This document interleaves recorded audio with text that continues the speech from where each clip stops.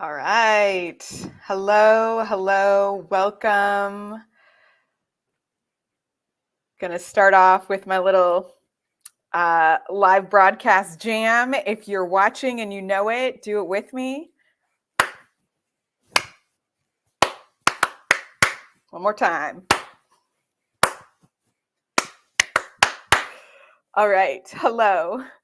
My name is Malika Amandi. I am an executive coach and a facilitator, and I'm also the founder of the Center for Women's Voice, where I help women communicate without apologizing or overanalyzing. And today we are talking about connected leadership. This month is all about connection. And when I think about connected leadership, for me, the first thing that comes to mind is the opposite of that, which is being out of touch, a leader who is out of touch. That is one of the kind of biggest digs that you can give to somebody about their leadership, that it's out of touch. And what do we mean by that? Um, if somebody's out of touch, they are kind of above everyone else. They don't understand what's actually happening in the sphere that they're leading. They might not be relatable on any level. They're just kind of a figurehead, perhaps. Maybe they were kind of in touch at one point, but they have not stayed relevant or current. So there's a lot of different meanings to it, but I think the antidote to out of touch leadership is connected leadership. So when I think about connected leadership, I think about three areas. I think about being in touch with yourself, being in touch with your purpose, and being in touch with the people that you are leading. So when I talk about being in touch with yourself, what do I mean? I mean the way that you take care of yourself and are aware of how you are doing. Um, it's easy to kind of glorify like a martyr version of leadership where you put all of your needs aside and you just focus 110% out on the people that you're serving. And there's even a term, servant leadership, which I don't have an issue with. I think there's some really incredible values in that model, servant leadership. But I feel like particularly as women, we can fall into this role of putting everybody and everything above ourselves, and then we never get to ourselves, or we wonder why our leadership feels strained, right? Or we resent the people that we are supporting. It's very important for you to start with you and your own kind of well-being and mental health before you are putting pressure on yourself to inspire others or motivate others or take care of others. This is something that people don't talk about often, but I find the more I work with women in leadership, the more important it is to really put a high value on focusing on yourself before you focus out for the purpose of leading well. If you are frustrated, if you're feeling under pressure, if you're feeling at the edge of your wits, then the people you're managing are going to be feeling that too on some level. They might not articulate it, but we talked about energy a couple weeks ago here. That stuff, it's contagious, it spreads. I'll give you an example from my own life. There was a time where I was working in an organization that was in a very kind of high pressured kind of legal space. There was a lot of deadlines, there was a lot of money, and there was a lot of turnaround. Within this organization, there was a very strong culture of fear and panic. And when I started out in this company, I wasn't quite sure where that came from, why things always felt like they were going to fall apart at any minute.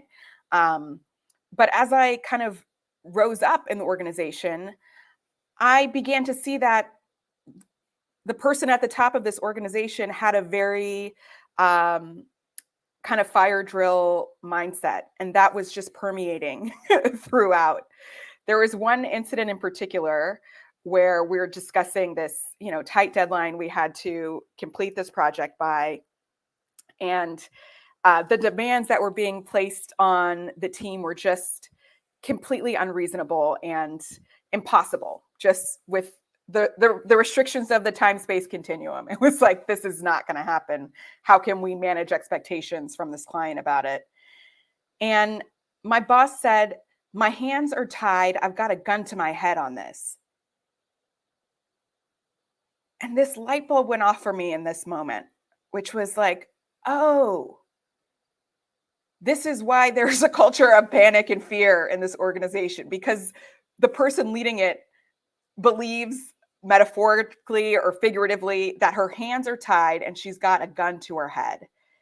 And so all of her actions are coming from that belief. She's acting as though her life depends on every single decision, and that she might cease to exist if she doesn't meet this deadline, right? In a violent end. That's really heavy, right? That's the message that is being communicated to the people that she was leading. And it's fascinating, and it's also chilling. As leaders, the way we feel about what we are doing matters. What we say about our work and how we work also really matters. So you've got to do whatever you can within your power to really manage that. Um, if you are in a high pressure leadership situation and you don't have a therapist or a coach or some kind of support group, an outlet where you can, outside of your organization, be really real about some of the things that you're dealing with or how you're feeling, and even a peer support group. If that is not a part of your toolkit, I really would urge you to consider that, or to look at that, or why not? Because you've got to build in some tools and some ways to kind of stay in check with how you are doing, so that your kind of uh, mindset hiccups or issues or challenges do not filter into the people that you are leading.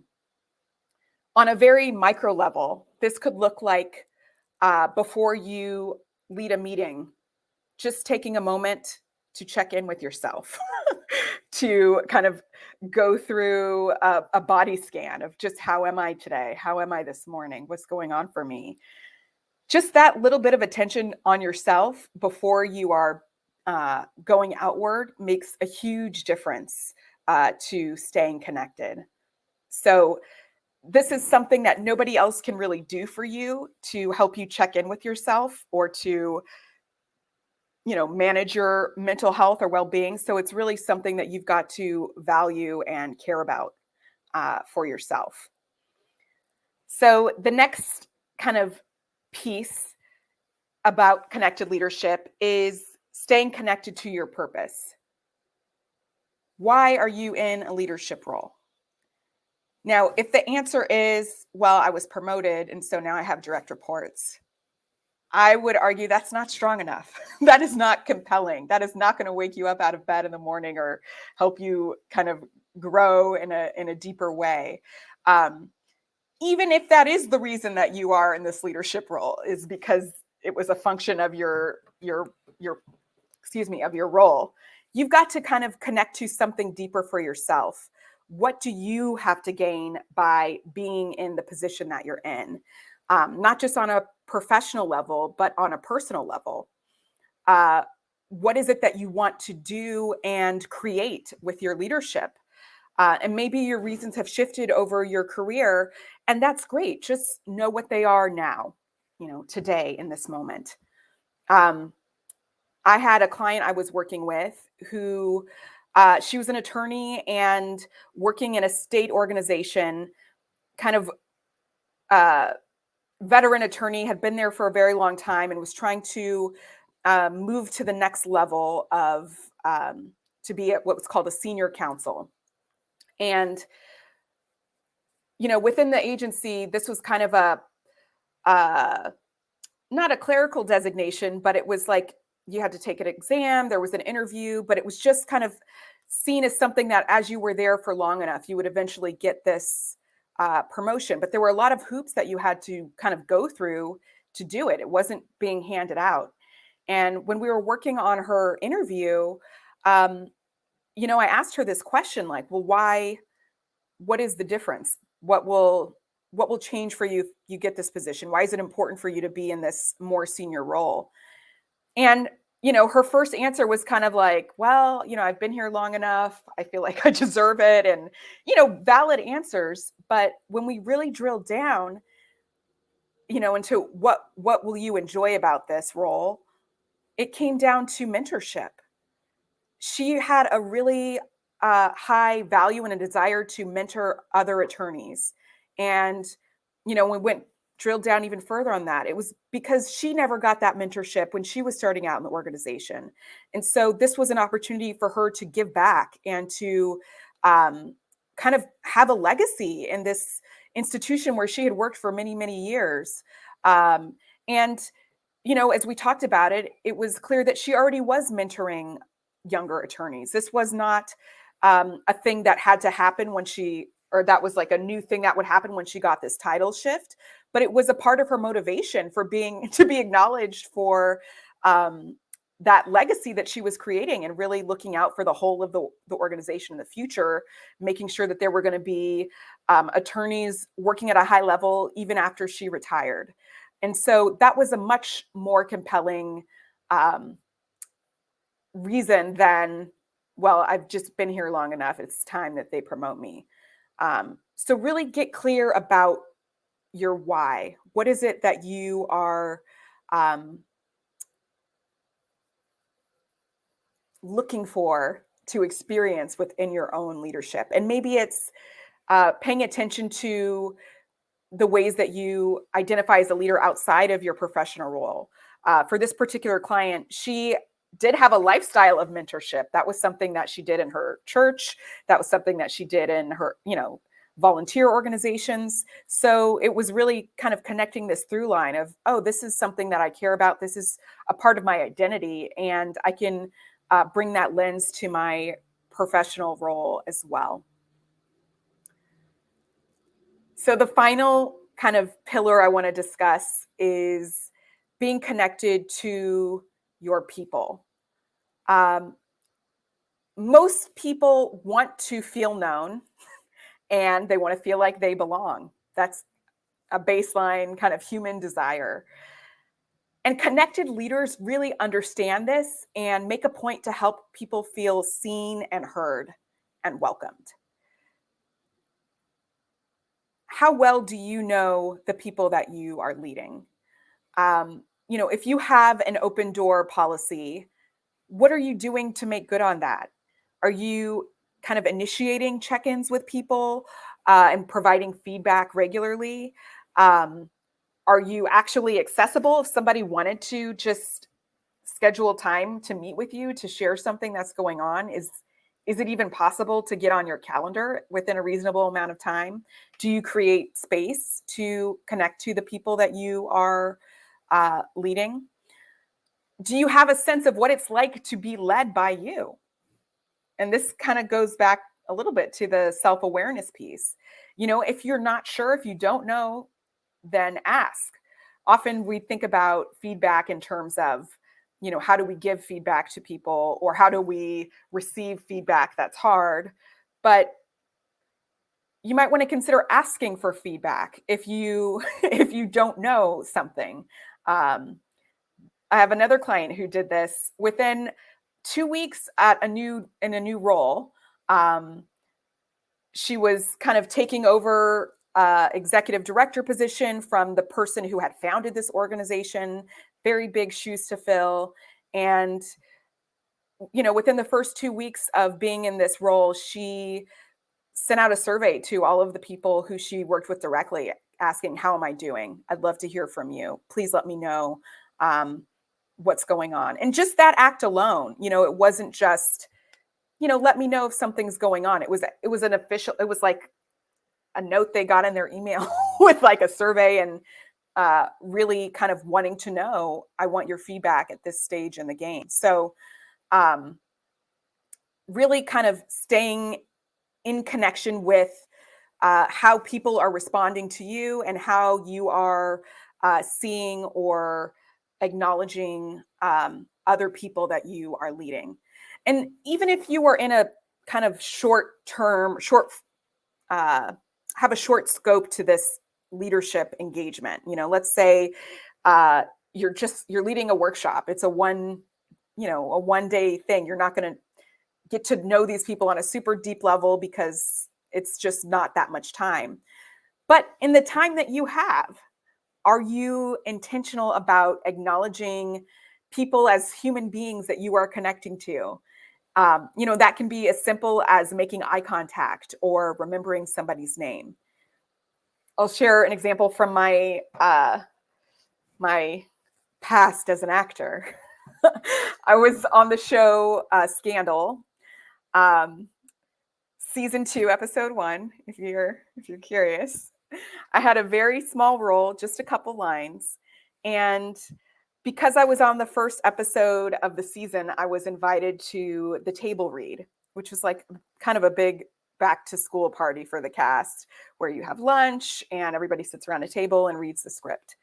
The producers are there, the writers are there, everyone who's in that episode. So I was just stoked. I mean, this was such a great thing to be invited to. I had done other television shows before, but I'd never been invited to the table read. So I felt really excited about that.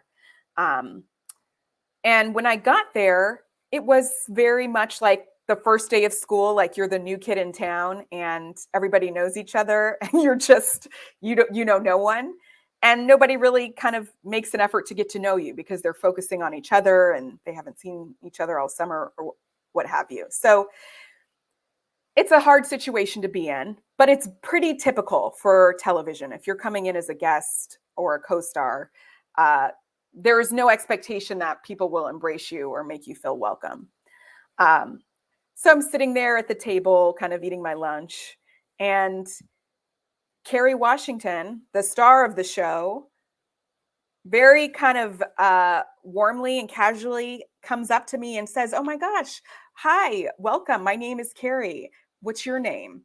And she introduced herself and said, "Oh, we're so glad to have you here. Thank you so much for coming today." Inside, I just felt so like excited and relieved and seen and affirmed.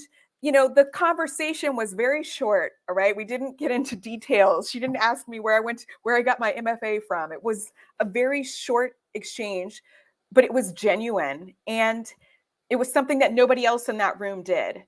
And for me, it really revealed her leadership, her connected leadership, that she felt the sense of responsibility being a kind of a lead of this television show. She had a sense of hospitality, and um, it was important for her to make sure that she knew everybody in the room, at least on a base level. That is connected leadership. All right. Oh, I haven't thought about that moment in a long time. I'm feeling special all over again. All right. Years and years later. So how do you kind of go above and beyond to make the people that you are leading or supervising, managing uh, feel known and acknowledged and seen? I would love to hear about what connected leadership means to you. And if this is a topic that is exciting to you, then come back. I'll be here again in a couple of weeks uh, for part 2 of this conversation. And I'm going to be sharing kind of my favorite hack for developing your own leadership style. So you don't want to miss that. Thank you so much for watching. My name is Malika Amandi, and feel free to DM me or connect in some other way via LinkedIn. All right. I'll see you next time. Bye.